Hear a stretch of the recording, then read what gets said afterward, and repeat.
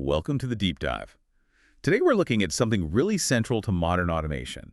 How do you marry the predictable structure of old school software with the, well, unpredictable power of AI? We're focusing on the concrete foundations you need for any robust system in 2026. And our mission here is to make sure you avoid the number one risk our sources point to, which is, and I love this phrase, building a digital skyscraper on sand. Yeah. You can have the most amazing AI, but if that foundation is weak, the whole thing just crumbles. Right. And the first rule for getting that foundation right is getting out of what they call tutorial hell. You have to actually build things, break them, and then fix them. That's the only way to really learn. Okay, let's unpack that then. If we need solid ground, we have to start with the absolute basics, the language of machines. Exactly. And that language really relies on two things. First, you have JSON. The data box. Yeah, but think of it more like a standardized shipping label. It's the format everyone has to agree on. And second, you have the API. That's the protocol, or the waiter. The waiter who transmits those shipping labels between all the different applications. Okay, so that's the mechanics. But if everyone gets JSON, why is system integrity still such a huge problem? It has to be the planning. It's always the planning. So let's talk about that infamous 80-20 rule. 80% of your time on paper, only 20% actually building. Doesn't that risk, I don't know, over-engineering everything, especially when things move so fast? The real risk is not planning. The cost of skipping that 80% is just massive technical debt down the line, poor planning, or what our sources call lax work hygiene.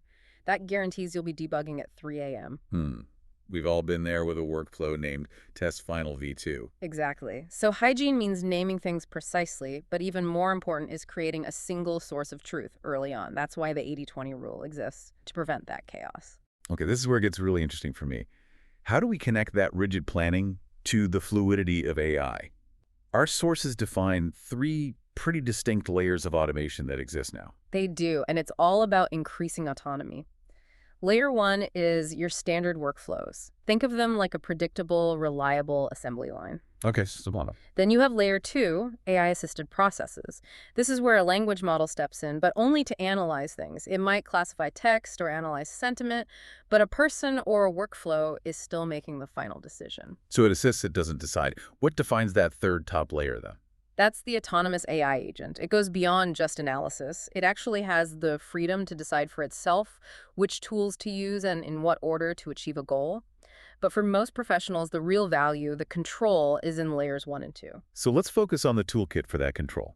How do you manage the flow of data when timing is everything? You need your traffic control tools. First, you have to decide if a task starts on a schedule trigger, which is basically a time alarm, or if you need an immediate reaction using a webhook, which lets another system just ping your workflow the second something happens. And for more complex systems? Then you need sub-workflows. Think of them like reusable Lego blocks.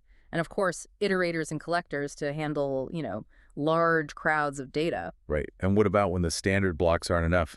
You need the universal keys. That's your HTTP request node. It's the universal translator. It can talk to almost any service on the entire internet. And for your absolute safety net, you have the code node. That lets you drop in custom JavaScript for any really complex edge cases. Okay, let's go back to AI for a second. How do we use that power with precision without just overspending on these big, expensive agents? Well, the key is specialization.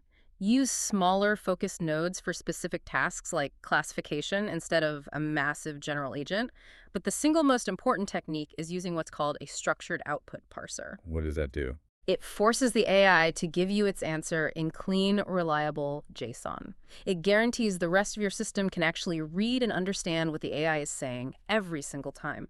So when you put this all together, what does it mean for you, the listener? It really boils down to value, right? It does. The big takeaway is that you should be selling solved problems and save time, not the technology itself.